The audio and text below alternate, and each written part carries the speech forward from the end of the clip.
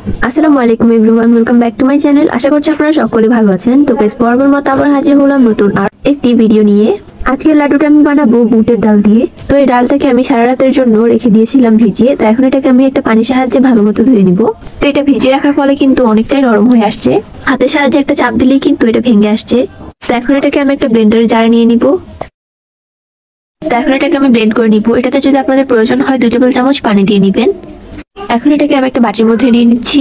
এটাতে কিন্তু আমি আর কোনো কিছুই অ্যাড করবো না, সরাসরি আমি চুলার মধ্যে তেল গরম করে নিয়েছিলাম, ওইটার মধ্যে আমি এটাকে অল্প অল্প করে দিয়ে দিচ্ছি। এটাতে আপনারা যে কোনো সাইজের দিতে পারেন। এটাকে কিন্তু বেশি ক্রিস্পি করে ভাজা যাবে না। 2 পিঠ যখন একটু হালকা ব্রাউন কালার চলে আসবে তখন এটাকে নামিয়ে ফেলতে হবে। আজকের রেসিপিটা কিন্তু আমি একদমই সহজ উপায়ে দেখানোর চেষ্টা করেছি। আর ভিডিওটি ভালো লেগে থাকলে চ্যানেলটি সাবস্ক্রাইব করে দিবেন। তো আমি এরকম করে করে সবগুলোই ভেজে নিচ্ছি, একটু ব্রাউন হয়ে আসলেই তুলে ফেলবো। তো এখন এগুলোকে আমি আরেকটা ব্লেন্ডারে জারের মধ্যে নিয়ে নিব। এখন এগুলোকে ভালো মতো ব্লেন্ড করে নিব। একদম কিন্তু মিহি ব্লেন্ড করব না, একটু দানা দানা থাকলেই হবে। তো দেখতে পাচ্ছেন এগুলো কিন্তু দেখতে কিছুটা ব্রেড কাপের মতো হবে। তো এখন আমি চুলা একটা প্যান বসিয়ে নিচ্ছি। এটার মধ্যে আমি দিব 1 কাপ পরিমাণের চিনি আর দিয়ে দিব 1 কাপ পরিমাণের পানি। চিনি আর পানি কিন্তু সমান সমান দিতে হবে। ফ্লেভারের জন্য আমি এটার মধ্যে দিয়ে দিব এলাচ। এখানে আমি 4টা এলাচ দিয়েছি, সামান্য একটু মুখটাকে ছিঁড়ে নেবেন। তো এখন এটাকে মিশিয়ে দিব। চিনিটা গলে যাওয়া পর্যন্ত ওয়েট করব। তো চিনিটা গলে গিয়ে যখন একটু ফুটতে শুরু করবে তখন আমি এটার মধ্যে দিয়ে দিব রেড ফুড কালার। আর তারপরে আমি ওই মিক্সারটা দিয়ে দিব। এটা দিয়ে খুব ভালো মতো মিশিয়ে নিতে হবে, কারণ এই পর্যায়ে কিন্তু পানিটা একদমই টেনে যাবে। তো এটা যখন এই পর্যায়ে একটু শক্ত হয়ে আসবে আমি এটাকে চুলা থেকে নামিয়ে নিব। তো চুলা একটা ছোট প্যান বসিয়ে দিব। তো আমি এটার মধ্যে দিয়ে দিব 1 টেবিল চামচ ঘি, তারপরে দিব কাঠবাদাম কুচি। আপনারা কিন্তু এখানে কিশমিশও অ্যাড করতে পারেন। তো এটাকে হালকা একটু নেড়ে চেড়ে আমি ভেজে নিব। এই মিক্সারটাকে আমি আবার চুলায় বসিয়ে বাদামের মিক্সারটা অ্যাড করে দিব। এটা দেওয়ার ফলে কিন্তু অনেক সুন্দর একটা গ্রান বের হয়। এটাকে চুলা থেকে নামিয়ে আমি আবারও চুলা একটা প্যান বসিয়ে নিচ্ছি। তারপর এটার মধ্যে দিয়ে দিব 1.5 কাপ পরিমাণে চিনি। তারপর এটার মধ্যে দিয়ে দিব 1.5 কাপ পরিমাণে পানি আর একটা লেবু স্লাইসের লেবুর রস দিয়ে দিব। এইখানে প্রায় 1 টেবিল চামচের মতো লেবু রস আছে। তারপর আবার দিয়ে দিব 4টা এলাচ। তো চিনিটা গলে যখন বলক চলে আসবে তারপর আমি এটার মধ্যে দিয়ে দিব ইয়েলো ফুড কালার। এই লাড্ডুটাকে আমি একটু ইয়েলো কালার করার চেষ্টা করেছি। তো এখন এটা ফুটতে শুরু করেছে আর আমি এখন বাকি পকোড়ার মিক্সারগুলো দিয়ে দিব। তো এখন এটাকেও আমি আলতো হাতে ভালো মতো মিশিয়ে নিব। এটা মিশাতে মিশাতে দেখবেন পানিটা কিন্তু শুকিয়ে আসছে, তখনই কিন্তু এটাকে চুলা থেকে নামিয়ে নিতে হবে। তো এখন এটাকে চুলা থেকে নামিয়ে আমি একটা প্যানে নিয়ে নিচ্ছি ঘি আর কাঠবাদাম কুচি। এই বাগারটা দেওয়ার ফলে কিন্তু লাড্ডুর টেস্টটা অনেক ভালো আসে। আপনারা কিন্তু এই কাজটা স্কিপ করবেন না। তো এখন এগুলোকে আমি গোল গোল করে লাড্ডু শেপ দিয়ে নিব। লাল লাড্ডুগুলো কিন্তু একদমই রেডি। তো এখন আমি হলুদগুলোকে বানিয়ে নিব। এগুলো বানানো কিন্তু খুবই সোজা, আপনারাও খুব সহজে এগুলো বানাতে পারবেন। তো এখন আমি হলুদ লাড্ডুগুলোর বাইরে দিয়ে একটু সেমাই মিক্স করে দিব। এর ফলে কিন্তু দেখতে খুব বেশি সুন্দর লাগবে।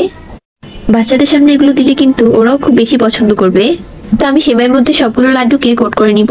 তো আমার হলুদ লাড্ডুগুলো কিন্তু একদমই রেডি। তো এখন আমি লাল লাড্ডুগুলোর বাইরে দিয়ে গুঁড়া দুধ মিক্স করে দিব। গুঁড়া দুধ দিলেও কিন্তু লাড্ডুর টেস্টটা খুব বেশি ভালো আসে আর এটা দেখতেও কিন্তু অনেক বেশি সুন্দর লাগে। এই লাড্ডুগুলো খেতে কিন্তু অনেক বেশি মজাদার ছিল। আপনারা চাইলে কিন্তু সহজে এগুলো বাসায় তৈরি করতে পারেন। তো গাইস, আমার এই লাড্ডুগুলো কিন্তু একদমই রেডি। আপনারা চাইলে কিন্তু গুঁড়া দুধ না দিয়েও এমনিও খেতে পারেন। এই 2টা লাড্ডু খেতে কিন্তু অনেক বেশি মজা ছিল। তো গাইস, আমার আজকের ভিডিওটি ছিল এই পর্যন্তই। দেখা হবে পরবর্তী কোনো ভিডিওতে। সে পর্যন্ত সবাই ভালো থাকবেন, সুস্থ থাকবেন। আল্লাহ হাফেজ। আসসালামু আলাইকুম everyone, welcome back to my channel. আজকে আমি আপনাদের সাথে শেয়ার করব একদম অথেন্টিক একটা মিষ্টি রেসিপি। এই রেসিপিটা যে কেউ যদি প্রথমবার বানায় তাহলেও কিন্তু একদম পারফেক্ট হবে। এই কালোজাম মিষ্টিগুলো কিন্তু সবাই খুব বেশি পছন্দ করে থাকে। তো আজকে চেষ্টা করেছি একদম ঘরে থাকা উপকরণ দিয়ে খুব সহজে আপনাদেরকে এই কালোজাম মিষ্টি রেসিপিটি শেয়ার করার জন্য। বানানো কিন্তু একদমই সোজা, এই তো আপনারা দেখতেই পারবেন। তো প্রথমে আমি একটা বাটি নিয়ে নিচ্ছি, তারপরে নিয়ে দিব একটা চাটনি। এখন এখানের মধ্যে দিয়ে দিব 1/3 কাপ পরিমাণে ময়দা। তারপরে দিয়ে দিব 1 চিমটি পরিমাণে সোডা। বেকিং সোডাটা ইউজ করার চেষ্টা করবেন আর এখানে আটা নয় ময়দাটা ইউজ করার চেষ্টা করবেন, তাহলে কিন্তু রেজাল্ট ভালো পাবেন। তো 2টা উপকরণকে ভালো মতো চেলে নিয়ে আমি একটা উইস্কের সাহায্যে ভালো মতো মিশিয়ে নিচ্ছি। এখন এখানের মধ্যে দিয়ে দিব 1.5 টেবিল চামচ পরিমাণে ঘি। অবশ্যই আপনারা এখানে ঘিয়ের পরিবর্তে তেলটাও ইউজ করতে পারেন। তো ঘিটা দেওয়ার পর এখন এটাকে আমি হাতের সাহায্যে খুব সুন্দর মতো মিশিয়ে নিব। শুকনো উপকরণের সাথে একটু ঘি মিক্স করলে কিন্তু একটু স্টিকি হয়ে যাবে, হাতে কিন্তু ওরকমই মনে হবে। তো এটা ভয়ের কিছু নেই, ভালো মতো মিশিয়ে নেবেন। আর এখন কিন্তু আমাদের শুকনো উপকরণের যে মিক্সারটা এটা রেডি। এখন আমি একটা খালি জায়গা নিয়ে নিচ্ছি। এখানের মধ্যে আমি দিয়ে দিব 1/2 কাপ পরিমাণে ছানা। ছানাটা আমি আগে থেকেই কেটে রেখেছি। তো এই ছানাটাকে আমি হাতের সাহায্যে খুব সুন্দর মতো মথে নিব। এটাকে এমন ভাবে মিশিয়ে নিতে হবে যাতে এটা একদম ক্রিমি হয়ে যায়। প্রথমের দিকে এই কাজটা করাটা একটু টাফ, পরে কিন্তু আস্তে আস্তে দেখবেন নিচে থেকে এটা খুব সুন্দর ক্রিমি হয়ে গিয়েছে। তো ছানাটা একদম ভালো মতো মধ্যে নেওয়া শেষ। এখন এখানের মধ্যে আমি যে শুকনো উপকরণগুলোকে আগে থেকে মিশিয়ে রেখেছিলাম ওইগুলো দিয়ে দিব। শুকনো উপকরণগুলোর সাথে আমি দিয়ে দিব 1/2 চা চামচ পরিমাণে চিনি। চিনি কিন্তু শিরাতে দেওয়া হবে, তো এখানে আমি অল্প পরিমাণে চিনি দিচ্ছি। এখন ছানাটার সাথে এই দুইটা উপকরণকে খুব সুন্দর মতো মিশিয়ে নিতে হবে। একদম ভালো মতো মিশিয়ে নেওয়ার পর এটা কিন্তু একটু শক্ত শক্ত মনে হবে, তো তখন এটাকে আমরা রেস্টে রেখে দিব 30 মিনিটের জন্য। অবশ্যই এই কাজটা করতে হবে, 30 মিনিট রেস্টে রাখার ফলে কিন্তু এটা আগের তুলনায় অনেকটা সফট হয়ে যাবে। তো এটাকে অবশ্যই একটা প্লাস্টিক র্যাপার দিয়ে আমি ঢেকে রেখে দিচ্ছি। এটাকে যে গরম জায়গায় রাখতে হবে এমন কোনো কথাও নেই, আপনারা যে কোনো জায়গায় রাখতে পারেন, তাহলে কিন্তু দেখবেন এটা খুব সুন্দর পারফেক্ট হয়ে যাবে। ঢাকনা দিয়ে রাখতে হবে শুধুমাত্র। তো দেখতে পাচ্ছেন 30 মিনিট পর ফিরে আসলাম, আগের তুলনায় অনেক বেশি সফট হয়ে গিয়েছে। তো এখন এটাকে কিন্তু মিষ্টি বানানোর জন্য একদম তৈরি।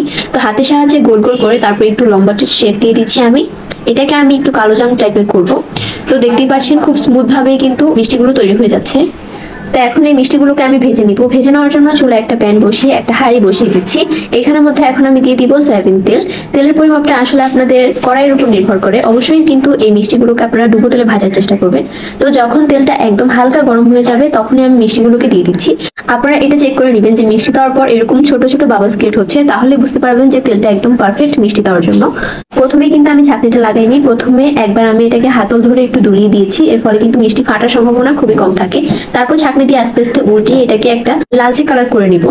তো মিষ্টিগুলো হতে থাক, এই পর্যায়ে কিন্তু আমি শিরাটা বানিয়ে নিচ্ছি। শিরা বানানোর জন্য প্রথমে আমি একটা হাঁড়ির মধ্যে দিয়ে দিচ্ছি 2 কাপ পরিমাণে চিনি। চিনি দেওয়ার পর এখানের মধ্যে দিয়ে দিব 2.5 কাপ পরিমাণে পানি।